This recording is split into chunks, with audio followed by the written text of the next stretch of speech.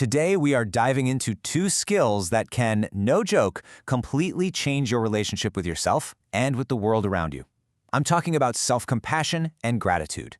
So let's just jump right in.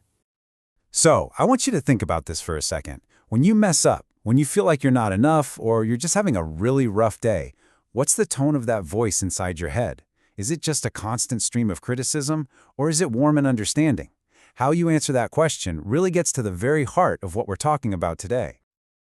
Our well-being really comes down to how we handle two things: our inner world, all our thoughts and feelings, and our outer world of experiences. And the best part? These aren't just personality traits you're stuck with. They are absolutely skills that you can learn and build. So we're going to frame this whole thing around two really powerful ideas. First, we'll look inward at self-compassion, which is all about becoming your own inner ally. Then, we're going to shift our focus outward to gratitude, which helps us develop a more appreciative outward gaze. Let's start with building that ally inside. So, what does it actually mean to be compassionate with yourself? It's a concept that gets misunderstood a lot, but it's honestly one of the strongest foundations you can build for true resilience and emotional stability. I love this definition from Dr. Kristen Neff because it's so beautifully simple.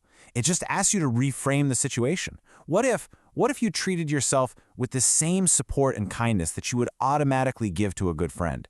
It's that simple. Dr. Neff actually breaks this down into three essential parts that all work together. First up, self-kindness. This is the direct opposite of that harsh inner critic. It's choosing warmth instead of judgment. Second, we have common humanity. This one fights that lonely feeling that it's just me. It's realizing that struggling, failing, feeling imperfect, that's what being human is. You are not alone in this. And finally, there's mindfulness. This is all about finding that healthy middle path, not ignoring your pain, but also not letting it completely swallow you whole. It's about seeing your feelings for what they are, without all the extra drama we tend to pile on top. Okay, this question comes up all the time, and it is so important to get this distinction right. Because while they might sound kind of similar, they are fundamentally different ways of relating to yourself. Let's really break this down.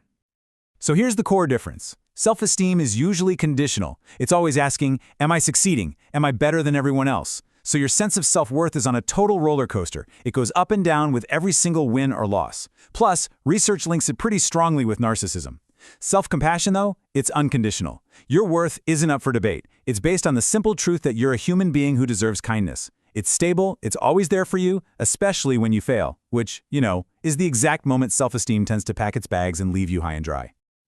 Okay, I know what some of you are probably thinking. This all sounds great, but a lot of us have this deep down belief that being kind to ourselves is actually a bad idea.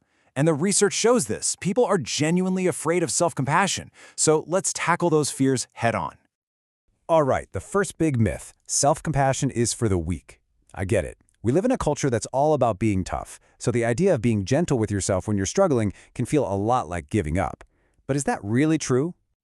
Not at all. In fact, the science is crystal clear on this. Self-compassion is a cornerstone of resilience. Think about it. When you know you're not going to beat yourself up if you fail, you become less afraid of failing. It creates the psychological safety net that actually encourages you to get back up and try again. It makes you stronger, not weaker. Here's another really common one. People worry, if I'm kind to myself, won't I just let myself off the hook for everything? Won't I just end up on the couch eating ice cream all day and calling it self-care? This is a huge misunderstanding. Self-indulgence is all about short-term pleasure, usually at the expense of your long-term health. Self-compassion is the exact opposite. It's about caring for your long-term well-being. A truly self-compassionate person asks, what do I need to be healthy and happy in the long run? Not what feels good right this second. And the studies back this up. It's linked to healthier choices like exercising more or sticking with a plan to quit smoking. And the last big fear: if I spend all this time being kind to myself, am I going to become a totally self-absorbed, selfish person with nothing left to give anyone else? Actually, the research shows the exact opposite is true. Constant self-criticism just drains your battery. Self-compassion recharges it. When you give yourself the care you need, you have so much more to give to other people. It's a huge factor in preventing burnout. It's just like what they say on an airplane. You have to put on your own oxygen mask first before you can help anyone else. It's not selfish, it's necessary. Okay, so we've built our inner ally. Now let's switch gears and talk about our outward gaze, gratitude. If self-compassion is how we relate to ourselves when we're suffering, gratitude is how we relate to the world when things are good. It's about shifting our focus from what's missing to what's here. You know, philosophers actually point out two different kinds of gratitude, which I find really helpful. The first is personal, being grateful to someone for something specific they did. The second is more of a general appreciation, being grateful that something is true, like being grateful that the sun is out or that you're feeling healthy today. Both are incredibly powerful. A genuinely grateful response is way more than just a fleeting feeling. It's actually a pretty complex process.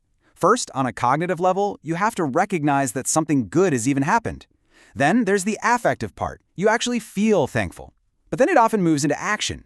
You get a desire to communicate and say thanks, and even a motivational push to maybe pay it forward or at least not harm the person who helped you. The Roman philosopher Seneca really drove this home almost 2,000 years ago. He said that the absolute bare minimum for gratitude is just memory, the simple act of not forgetting a good thing someone did for you. To him, forgetting was the ultimate failure because remembering, well, that's the easiest part of the whole deal. So, we've got our inner ally and our outward gaze.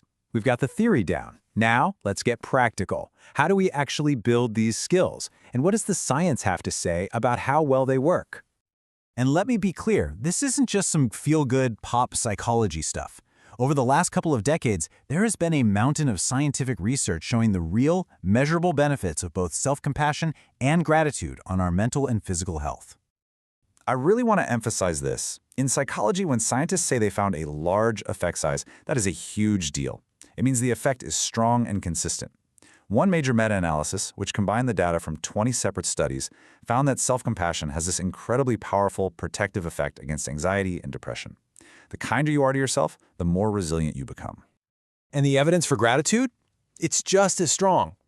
In a famous study by Emmons and McCullough, they had people do different kinds of journaling. And as you can see right here, the group that simply wrote down things they were grateful for showed way higher levels of optimism and just felt better about their lives compared to the other groups. The simple act of counting your blessings, it really works. Okay, so you've seen the proof. How do you actually get these benefits for yourself? Well, the great news is there are super simple, evidence-based exercises you can literally start doing today. Here's a powerful little exercise you can do anytime, anywhere. It's called the self-compassion break. It uses those 3 components we talked about earlier. So when you're feeling stressed, first, just mindfully acknowledge the pain. Okay, this is hard right now. Second, connect with common humanity. You know what? Everyone feels this way sometimes. And third, offer yourself some kindness. Maybe put a hand on your heart and say, "May I be kind to myself in this moment." It's fast, simple, and it's amazing how well it works. Now for gratitude, journaling is a proven winner, but how you do it really matters. Research gives us some fantastic tips. First, be specific. Don't just write, "I'm grateful for my family." Write about the specific thing that made you smile today. Second, get personal. Focusing on people tends to have a bigger impact than focusing on things. And my personal favorite tip, try subtraction. Instead of just listing what you have, take a moment to imagine your life without it. This little mental trick makes you appreciate what you have so much more. And this is so important. Gratitude isn't just for when life is easy. You could argue it's most powerful when things are tough. Practicing gratitude during hard times isn't about pretending everything's fine. It's about shifting your perspective, finding what you've learned, how you've grown, or who's been there for you, even in the middle of a struggle. The theologian Dietrich Bonhoeffer, writing this from inside a Nazi prison cell, just captured this transformative power perfectly.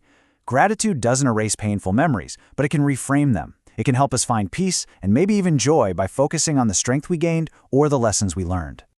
So as we start to wrap this up, I really want you to see these 2 pillars, self-compassion and gratitude, as something much deeper than just a way to feel good for a moment. In the end, these aren't just quick fixes. They are foundational life skills. Self-compassion gives you the resilience to get through life's failures and heartaches, and gratitude gives you the perspective to actually appreciate its gifts and joys.